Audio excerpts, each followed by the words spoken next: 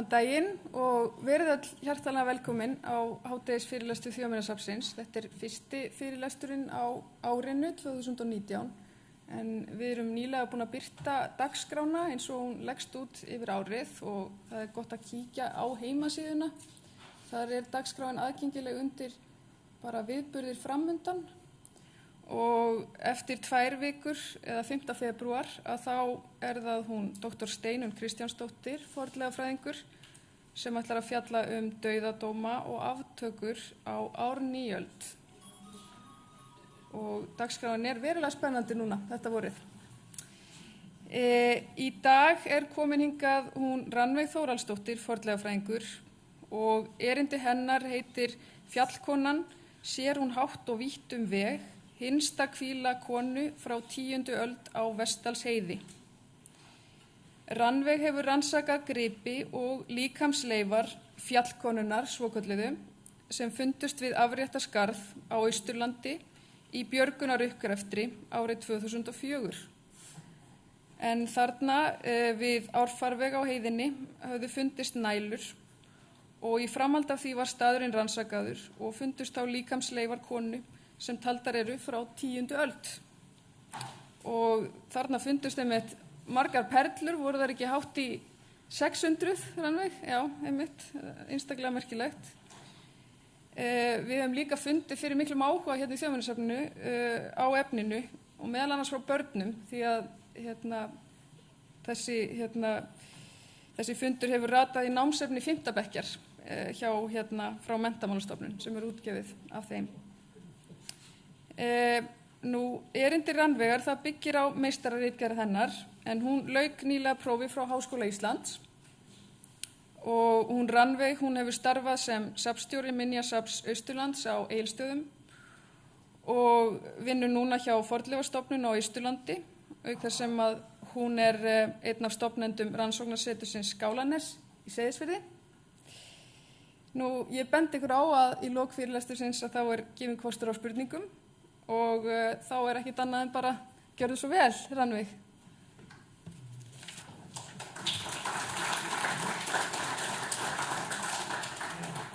Byrja á því að leiðrétta ég vinn hjá fornleifafræðistofunni. Alltaf. Ég ætla að þakka Þjóðminjasafninu kærlega fyrir að bjóða mér að koma inn í dag og þakka ykkur öllum fyrir að mæta, gaman að sjá hver vel mætt. Ég mun flytja fyrirlesturinn fjallkonuna sem að fannst 2004 eins og sagt hérna áðan og segja ykkur frá mastersverkefninu mínu sem að ég vann undir leiðsögn Steinunnar Kristjánsdóttur, Dr. Steinunnar Kristjánsdóttur og það má kannski geta þess að þessi fyrirlestur búin að fara aðeins í vesturför því að ég fór mér var búið að fara í 3 háskóla erlendis til að flytja hann í Bandaríkjunum, þannig að hann búin að fara í smá túr. Mastersverkefnið mitt gekk út á að rannsaka þennan fornleifafund og ég setti fram rannsóknarspurningu sem var í 4 liðum. Hver var uppruni fjallkonunnar, hvort var einstaklingurinn karl eða kona og hvað segðu gripirnir sem fundust á uppgreftastað og og var hægt að draga ályktanir klæðnað hennar og félagslega stöðu og hlutverk í samfélaginu og einnig hvort að fornleifafundurinn væri kuml. Og þessi umfjöllun í dag verður byggð upp þannig að henni skipt í 4 hluta. Ég byrjaði að fara aðeins í sögulegt yfirlit, fer síðan fjall gripina og umræður og svo niðurstöður. Já, hérna þetta.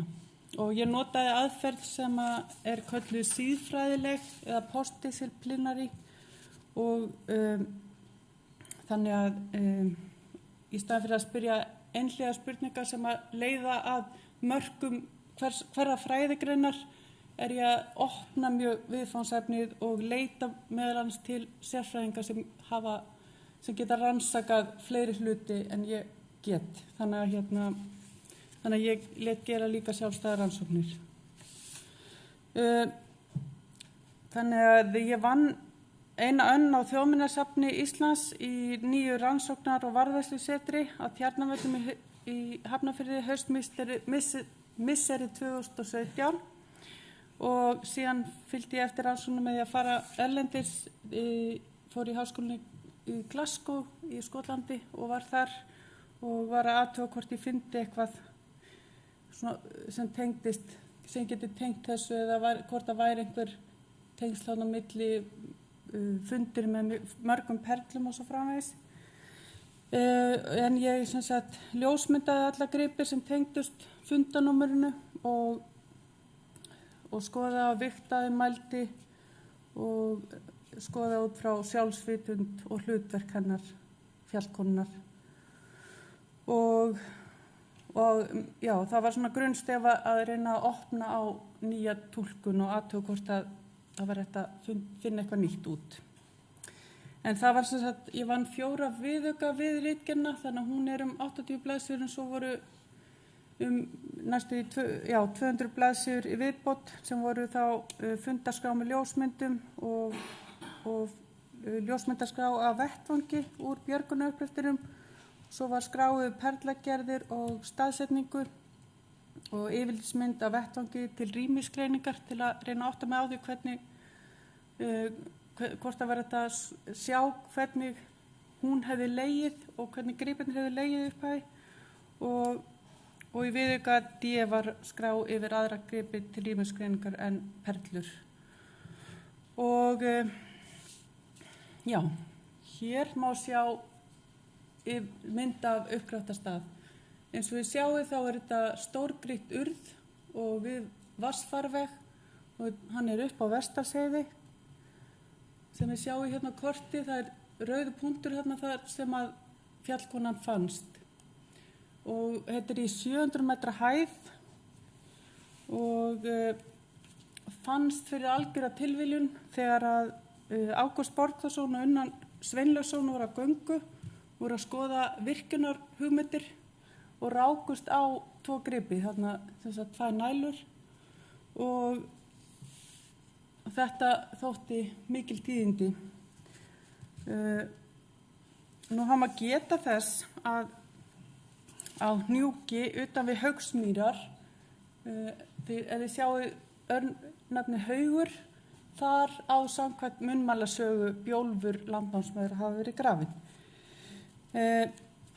Nú RÚV flutti fréttir af þessum fundi og þessu var fylgt eftir sumarið og 27. júlí 2004 lagði hópur af stað á Vestarsheiðina undir stjórn Sigurðar Bergsteinssonar sem var þáverandi starfsmaður fornleifaverndar ríkisins og einnig voru Unnar og Ágúst með í för og hópurinn leitaði þarna í urðinni og svo fann Bjarki Borgþórsson sem þá var fornleifafræðinemi litla græna perlu þarna í urðinni og þá vorum við komin á sporið af því ég var nú einn af leiðangursmönnum, ég var þá safnstjóri og þannig að þá upphafst mikið ævintýri. Það sem fannst þennan dag voru bein og sem voru frekar illa farin og brotakent. Það voru upphandleggsbein, nokkur brot af höfuðskeljum, nokkrir hryggjaðliðir og brot af rifbeinum, hluta af andlitsbeinum og allar tennurnar. Og það var sem sagt ekki mittið og ekkert fyrir neðan mitti, en sem sagt, já, þannig að það var ekki hægt að kynngreina út frá mjöðmum til dæmis eða mjöðmabeinum.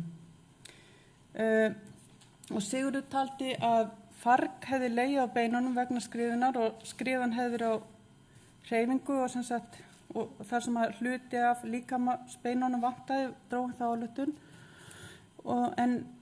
og taldi jafnframt mjög líklegt að þetta hefði verið kona af því að skartið var mjög líklega kvenskart og gerðfræði gripanna benti til þess að hún hefði verið uppi 910 til 930 og greining Elín Óskar Hreiðarsdóttir á perlunum benti eindreiði til tímabilsins 950, 60 til 1000 og Sigurður taldi að fjöldi gripanna og mikill fjöldi perlna benti til þess að fjallkonan hefði tilheyrt efri lögum þjóðfélagsins.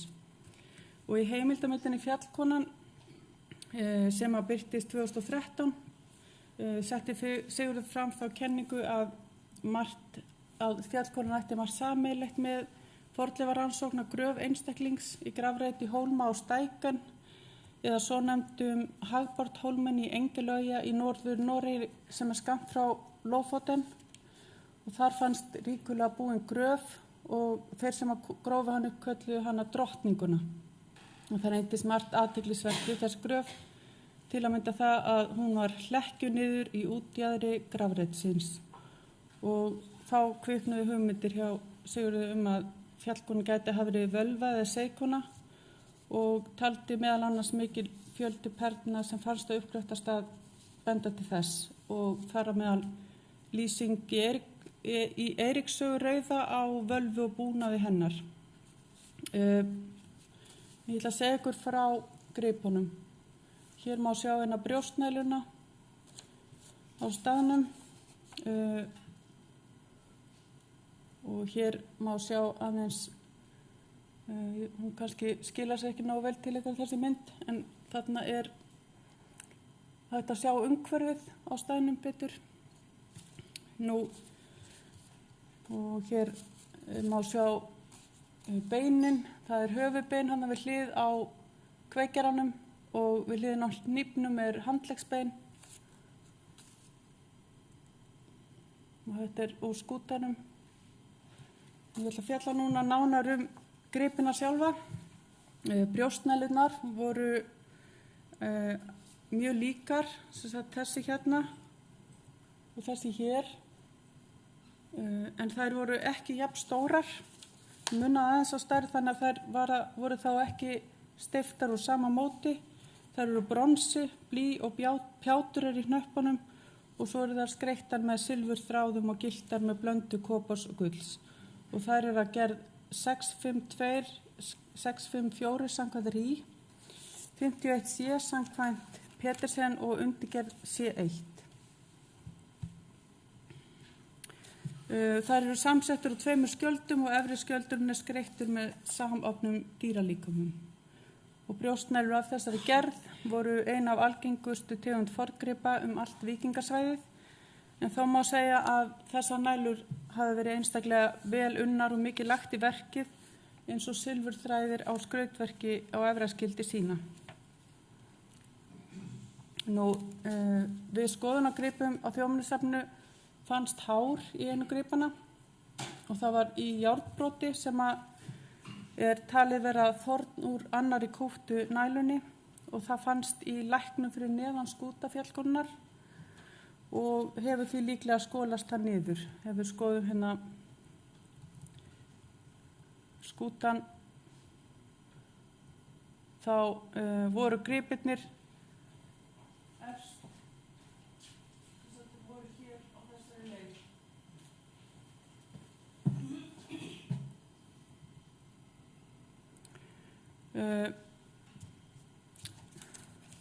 Og það var náttúrulega spurningum hvers konar hár var að ræða, og því var ákveðið að gera samanburðargreiningu á þessu hári og hári úr 9 dýrategundum, og við birtum grein í Journal of Archaeological Science Reports þessa skoðun og rannsókn, og það kom í ljós við samanburð að þetta hár var úr sauðkind, sem að kannski allir getur sagt já auðvitað, en ég var alltaf að vona að það myndi kannski koma í ljós að þetta væri hár úr til dæmis ketti eða einhverju, þetta væri úr feldi eða einhverju svoleiðis, en það var sem sagt þetta var úr sauðkind.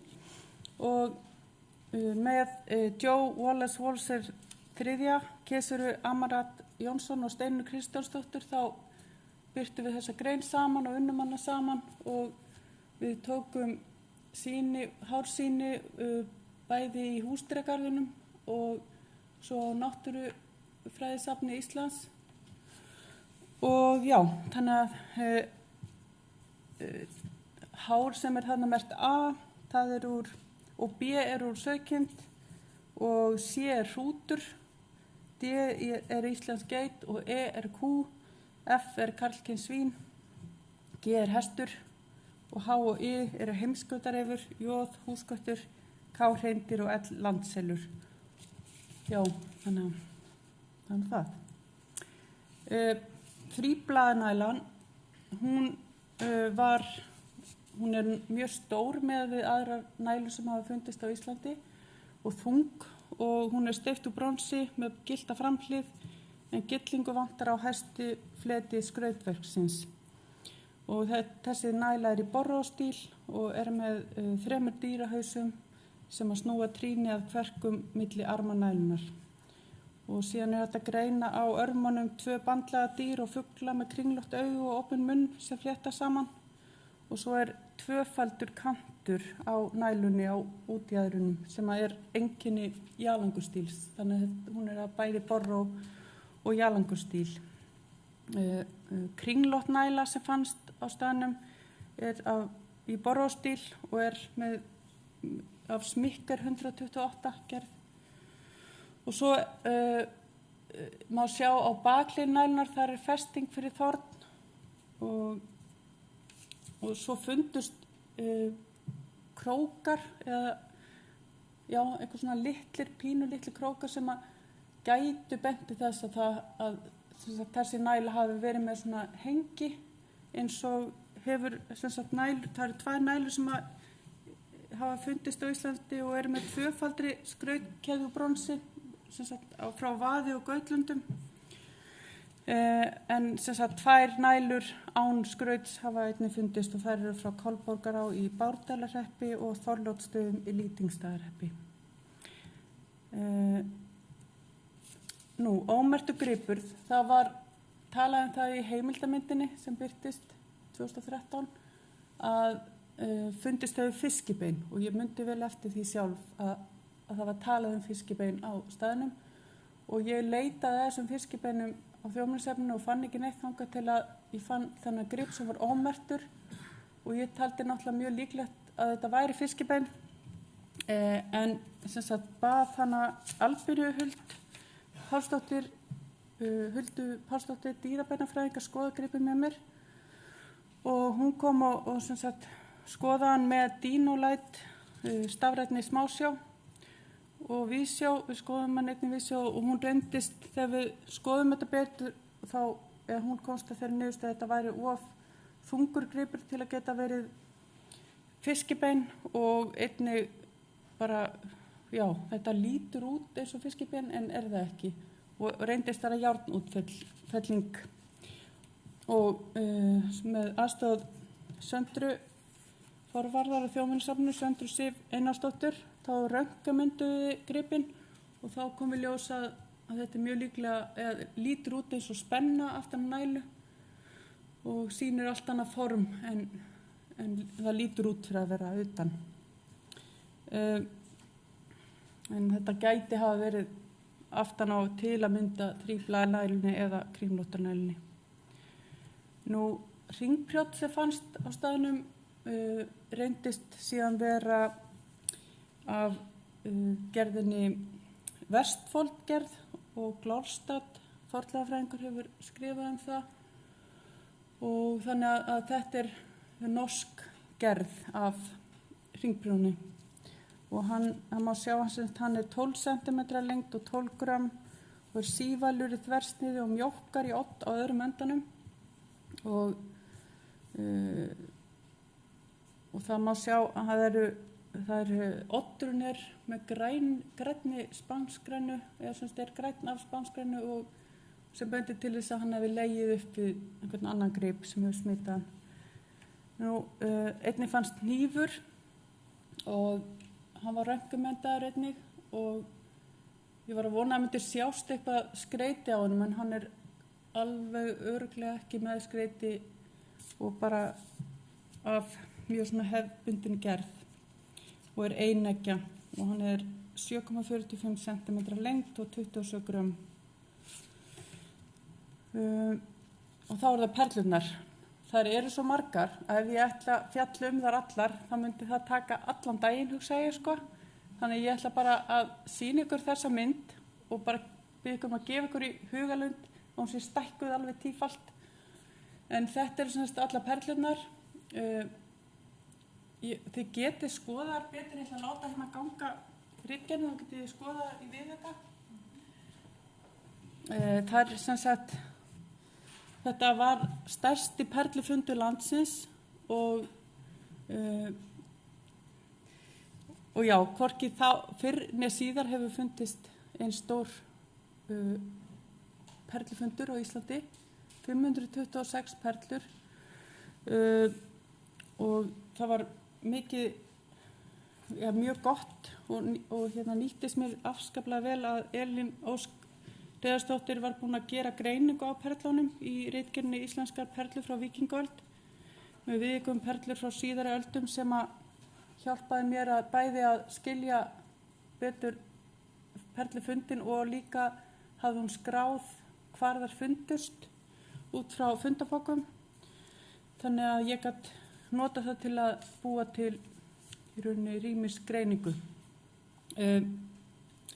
Já, perlurnar voru, ef maður notar kalmer, af gerðinni A, B, E, F, G, J, Q, S, T og einn var úr rafi og þær voru mjög mismunandi að stærð. Eins og við sjáum þá er rafperlan stærst, hún er þarna efst til vinstri og síðan eru stærri perlurnar til hliðar við hana og sumar voru tvöfaldar, sumar voru pínulitlar og þar runni á stærðinni frá 0,6 cm til 1,6 cm lengd og margar af perlunum voru snúnar og sporöskjulegar og sumar með upphleyptum hryggjum. Og já, sem sagt, þær voru bara mjög fjölbreyttar, voru litríkar og ég svo sem ætla ekki að kannski eyða á miklum tími að fara í hverju eina en bara segja ykkur frá því að perlurnar voru upprunnar frá mörgum stöðum í heiminum og A-gerð var frá Norðurlöndum og þó að sumar geti talist vestur-evrópsk framleiðsla og B geta komið víða að, til dæmis frá Norðurlöndunum og mið- og vestur- og suður-Evrópu og mið-Asíu og E og F-gerð voru fluttar inn eða hafa líklega verið fluttar inn til Norðurlanda og komið frá Bísans, austanverðu Miðjarðarhafi, Eyjahafi, Suður-Evrópu eða Vestur-Asíu. Og svo voru perlur af gerðinni G og J sem fundust hjá pjallkonunni gætu hafa verið frá Kalífadæminu eða í Írak til að mynda og perlur af gerð T gætu hafa komið frá Indlandi eða Írak og einnig kemur til greina þar hefði verið frá Kákasussvæðinu og rafperlan gæti hafa verið unnin á norrænu verslunar eða handverstað en rafi komið frá Danmörku eða Eystrasaltslöndunum og samkvæmt Kalmer hafa þessar perlur vestlega dreifingu.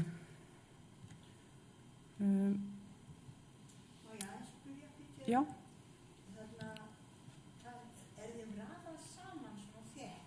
Já, þeim er bara, þetta eru bóksin. Ég þarf ekki að taka þau úr bóksunum. Þetta lítur út eins og sko sitjandi björn eða eitthvað fjólublaða. Já, sko þetta eru bóksin sem eru varðveitt á Þjóðminjasafninu og í einu bóksi eru kannski 80 perlur. Það eru svo smá. Já, það eru svo ofsalega smáar. Og látið endilega litgerðina ganga högt til skoða myndir af hverju einni perlu. Mér langaði að vita hvort að sýrustig jarðvegarins upp á heiði hefði verið eitthvað að hafa áhrif á varðveislu tannana til að mynda því að það var ýmislegt sem að ég skildi ekki alveg með tennurnar og ég það var sem sagt hafi verið tekið jarðvegssýni þegar uppgöttunin fór fram og þegar maður skoðar jarðveg þá er jarðvegur með sýrustig 7 hlutlaus og lægri gildi eru súrari en niðurstaðarnir sýndu sem sagt 5,29, 5,25 og 5,16 að jarðvegurinn hefði sem sagt ekki haft áhrif á varðveislu tanna og beina og því er líklega aðstæðurnar að fundastað. Þannig að klettaurð og lítill jarðvegur hugsanlega snjóhella með frostbundnu jarðvegi og vatn og súrefni hafi frekar haft þar áhrif. Já, þannig að þetta var svona mér langaði að útiloka allavega þennan möguleika ef það væri hægt. Nú, beinin og tennurnar. Nú komum við að skemmtilega kaflanum. Hvað geta beinin og tennurnar sagt okkur. En svo sjáum við þessari mynd sem tekin úr skýrslu Gunnýjar Zoëga beinin, þá eru þau mjög brotakennd og illa farin. En tennurnar voru allar, og þarna vantar nú eina tönnin sem fannst seinna, en það hægt að nota vísindalega aðferðir til að komast að ákveðnum upplýsingum tengdum uppruna. Og ein af þeim var að greina strontiumsamsætur í tannglerungi. Og niðurstöður Hilda Gestsdóttir og Douglas Price frá 2006 á strontium-ísótópum úr tannglerungi fjallkonunnar sýndu ótvírætt að hún var ekki fædd á Íslandi, heldur flutti hún hingað einhvern tímann eftir 6 ára aldur. En þó var ekki hægt að sjá hvaðan hún kom, en það var ljóst að hún var landnámsmaður. Og þar sem að tennurnar voru nokkur heillegar, þá var hægt að áætla aldur einstaklingsins út frá þeim. Hann metinn út frá eyðingu tannflata, það yfirborðseyðingu jaxla, og á fjallkonunni sást dálítil eyðing á fyrsta jaxli í bæði efri og neðri gómi og lítilsháttar eyðing á jaxli nr. 2 í efra gómi hægra megin. Og Guðný Zoëga taldi sem sagt að hún hefði verið 20-30 ára þegar hún lést, en það sem vakti athygli Guðnýjar var að þó að slit væri almennt lítið á tönnunum voru framtönnurnar í efra og neðra gómi nokkuð slitnar, auk þess sem framtönnurnar í efra gómi voru mjög dökkar á lit. Berið saman hérna tennurnar, sem sagt þið sjáið það eru hvítar hérna tennurnar, en þessar í miðjunni hérna í efri gómi eru mjög dökkar.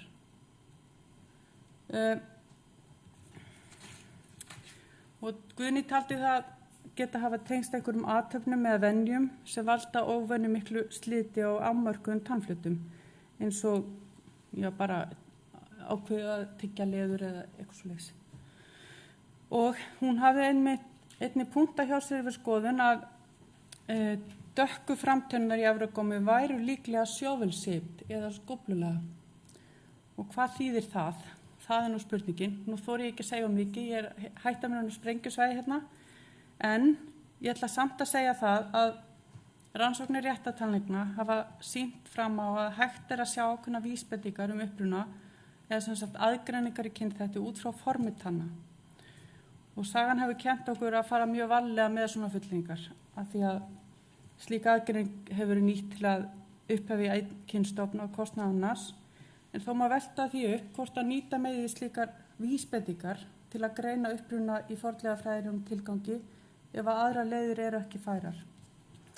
Og samkvæmt nýlega birtri grein er hægt að nýta tannfræðileg einkenni til upprunagreiningar í 3 flokka kynþátta, Caucasoid, Mongoloid og Negroid, og út frá formi tanna sem sagt cusp of Carabelli, sjóvelshaped incisors og multicusp premolars. Sko, í rauninni segir þetta okkur ekki neitt.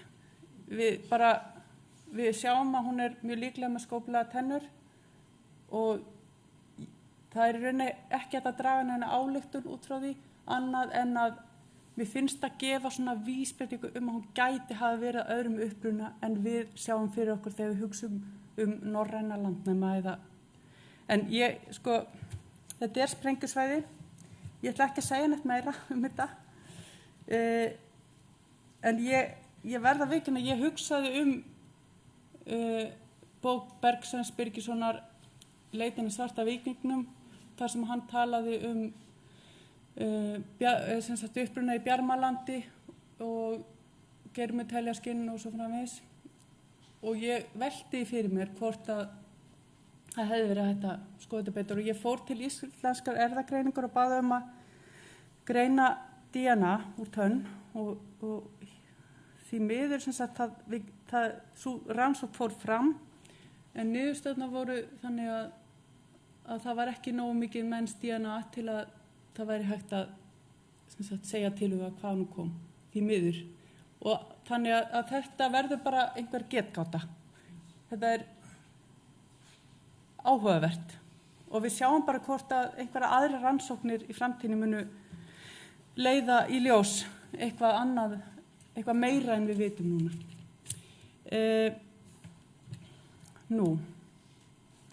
Þetta eru fleiri myndir á tönnunum. Hluti af tönn var einnig nýttur til að gera samsættugreiningar eða ísótópgreiningar á hlutfalli 13C og 15N til að skoða mataræði og hugsanlega uppruna einstaklinga sem að grafnir hafi verið upp í fornleifafræðilegu samhengi, og niðurstöðurnar sýndu að 13C var mínus 19,7 og 15N var pluss 11,4, og þá má túlka þessa niðurstöður á þá leið að fjallkonan hafi borðað fæði sem var blanda af sjávar- og landfæði, það er líku mataræði og aðrir einstaklingar sem rannsakaðir hafi verið tengt landnámstímanum á Íslandi og fundist hafa í fornleifafræðilegu samhengi í gröfum nálægt sjó, og gildin gefa einnig til kynna að fjallkonan nærðist ekki einungis af blönduðu sjávar- og landfæði, heldur einnig af lágu hlutfalli af plöntufæði, og hún hafi verið hlutfallslega mikil kjötæta. Og líklega samanstóð sjávarfangi sem hún borðaði á fiski frekar en sjávarspendýrum, og Kevin Smith hjálpaði mér að túlka þetta, og einnig þegar niðurstöðunar af samsættugreiningunni aldursgreiningin kom, þá passaði hún engan veginn við það sem að hægt var að sjá af gripagreiningunni, og því þurfti að leiðrétta aldursgreiningarnar og sem er skekkja vegna hafrænna áhrifa, og niðurstaðan var að það væri góðu líkur á því að fjallkonan hafi verið upp á tímabilinu 877 til 963, og bæði síðan greining á dagsetningunum benti til þess að hún hafi dáið á tímabilinu 877 til 907, frekar en 917 til 963. En það er ljóst af gerðfræði gripanna, og hún hefur mjög líklega verið uppi á miðri 10. öld. Hér er þessi rýmisgreining sem að skila sér ekki nógu vel hérna upp á í PowerPoint fyrirlestri, en endilega skoði ég bara ritgerðina, það er mynd þar sem er betri. Þarna var ég að reyna að setja upp hvar gripirnir voru og svo að greina í hvaða reit fannst, eins og hérna A1 sem er, eða semst A þarna innst inn í skútanum, A1 er fyrir neðan, og svo eru reitunum, þetta er semst teikning sem er upprunalega frá Sigurði Bergsteinsinni, og ég vann semst með því að fara í gegnum ritgerð Elínar Óskar Hreiðarsdóttur, og semst í A1 þá fundust tennurnar, mynt fiskibein, 4 perlur að gerð A, 15 perlur að gerð E, 18 að gerð F og 1 að gerð 6, sem sagt 38 perlur, og í reit A2 þá fundust hnífurinn, litli hlekkir, 11 perlur að gerð E, 51 perla að gerð F, sem sagt 62 perlur, og í reit B1 fundust hringbrjót, 1 perla að gerð A, 32 perlur að gerð E, 24 perlur að gerð F, 2 perlur að gerð S, og í reit B2 voru 15 perlur að gerð E, 11 perlur að gerð F, samtals 26 perlur. Í reit C1 voru 10 perlur að gerð E, 3 af gerð F, samtals 13 perlur, og í reit C2 voru 2 perlur að gerð E, 3 perlur að gerð F, samtals 5 perlur. Í reit C3 var 1 perla að gerð A, 12 perlur að gerð E, 47 perlur að gerð F, samtals 60 perlur, og reitur C6 er utan kerfis, og þar fundust lausafundirnir þríblaðanælan og önnur brjóstnælan, og járnbrot fannst í læknum, og einnig fundust 3 perlur af gerð A, 1 perla af gerð B og 32 perlur af gerð E og 84 perlur af gerð F, samtals 8 perlur. Þegar þessi mynd er skoðuð, þá virðist ljóst að fjallkonan hafi legið eins og Sigurður Bergsteinsson hafi dregið ályktun að hún hafi legið með höfuðið upp við skútan og staðsetning handleggs og höfuðbeina og skartgripir og perlur í reit A benda til þess að þar hafi gripirnir verið in situ og flesta perlurnar finnast í reit A og það er sem sagt mjög líklegt að perlurnar hafi verið þá háls hins látna og nálægt höfðinu og ef að fjallkonan hefur borið perlurnar í einni langri festi þá hefur hann verið 170 cm löng en ef hann hefur verið borin á milli brjóstnælna tveggja þá hefur hann verið 7 eða 8-föld, þannig að það er hægt að ímynda sér að þetta hefur verið mjög tilkomið mikið. En það er eitt sem að vekur upp spurningar og það er fjöldi steina yfir og undir gripunum og hugleiðingar hvort það geti gefið vísbendingar að fjallkonan hafi verið lögð til í gröf. Og myndir í viðauka sína, þetta eru myndir sem sína aðstæður og jarðlög og uppgöttarstað. Þar þið sjáið þarna flata steini í jarðveginum og í skútunum er eitthvað af jarðvegi og gæti verið hugsanlegt að lagt hefur verið grjót yfir fjallkonuna og stóri flati steinar yfir sem síðan hafa frostsprungið.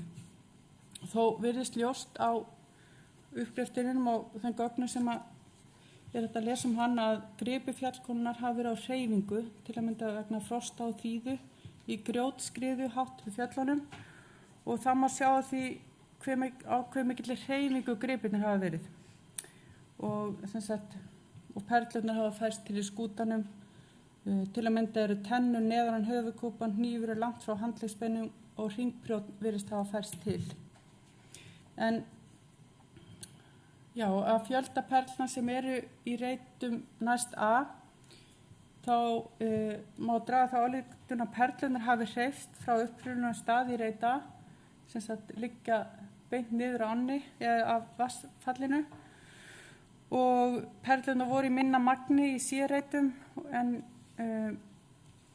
þannig að stærstu perlunar eru líka upp við þar sem að brjóstið virðist hafa verið, sem sagt upp við handleggsbeinin, en minnstu perlurnar hafa hreyfst niður á við, sem er náttúrulega lógist.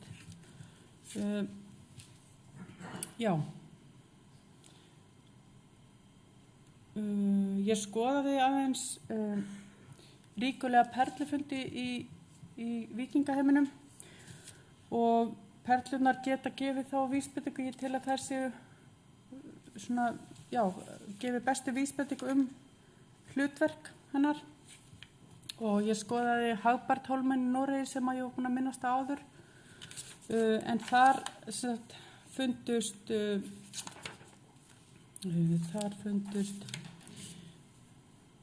1216 perlur og ég skoðaði 5 fornleifafundi í vikingaheiminum sem að voru með yfir 300 perlur.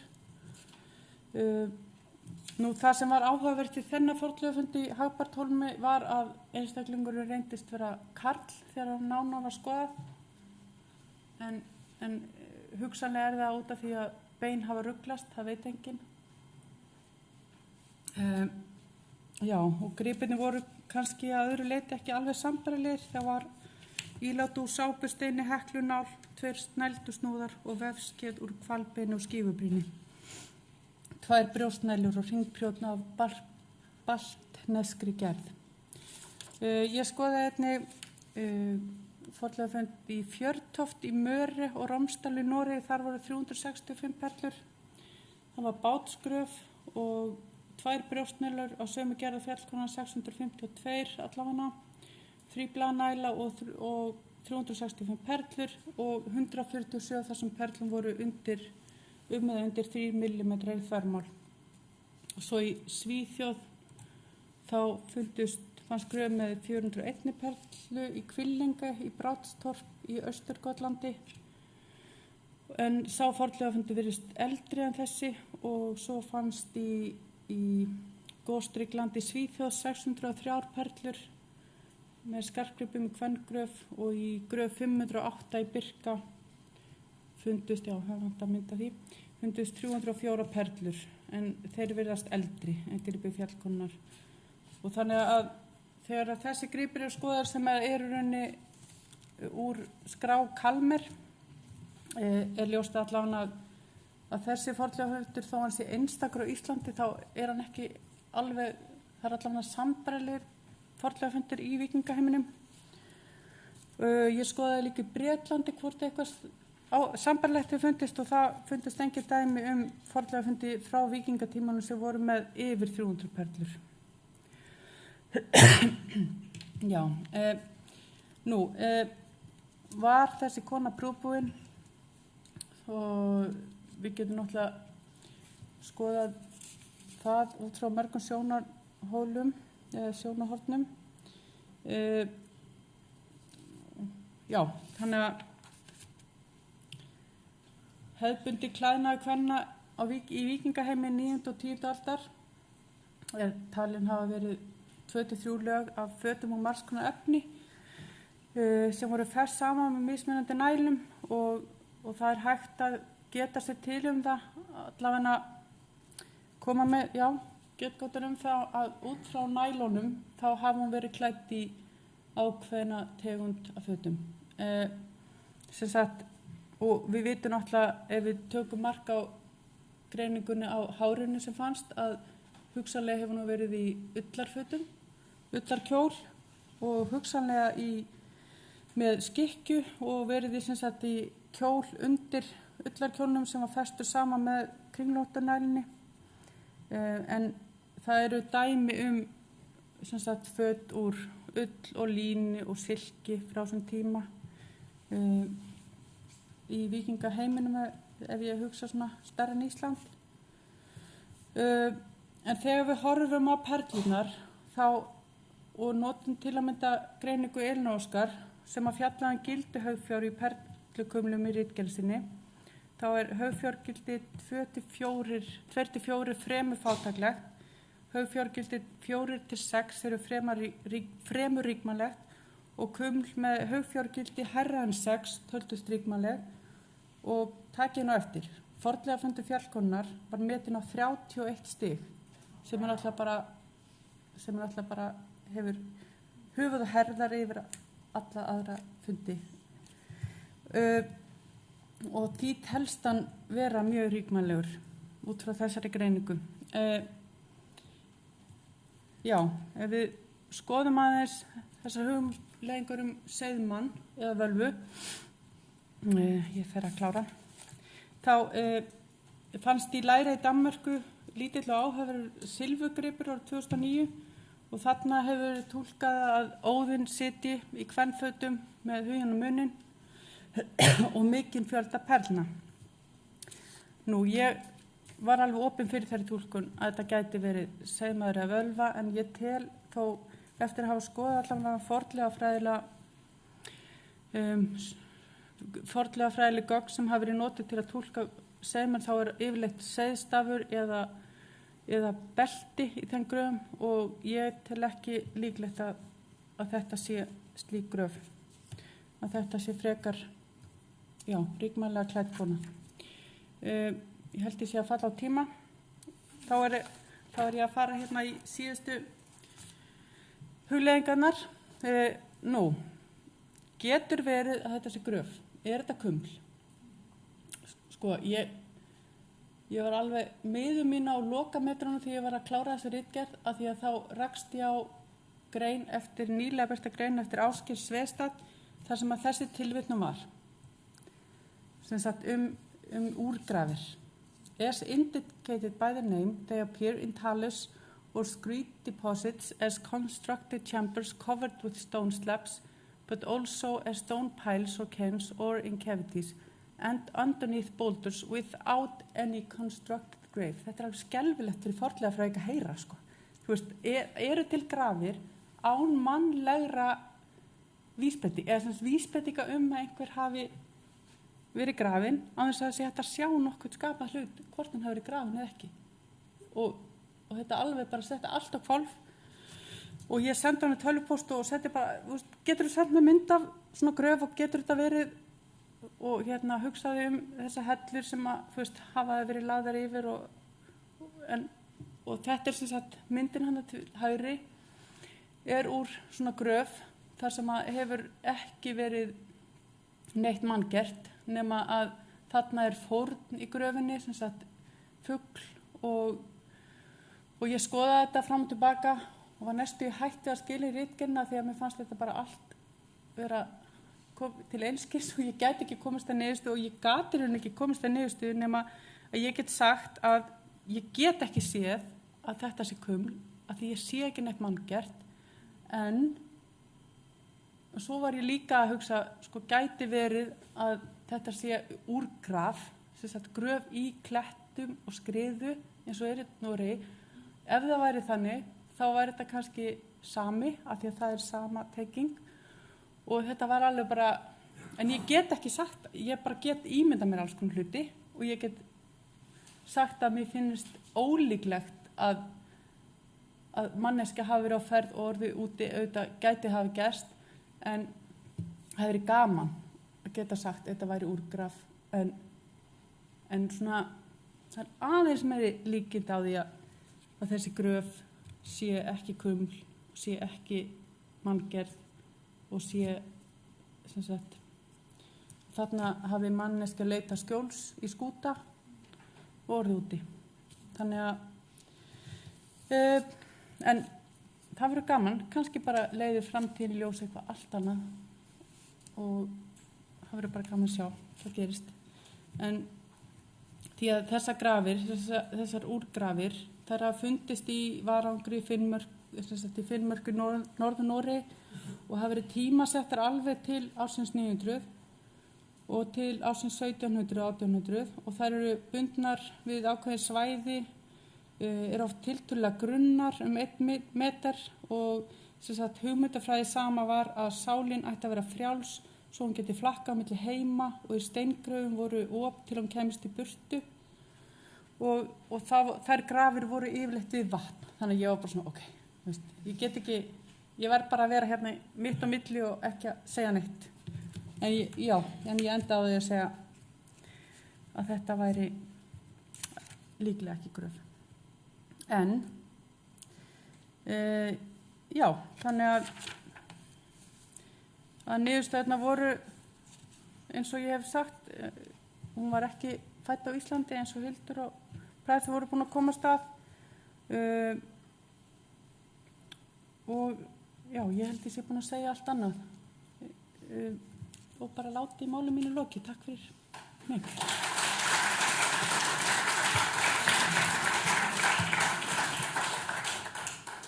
Þakka þér fyrir. Við höfum enn tíma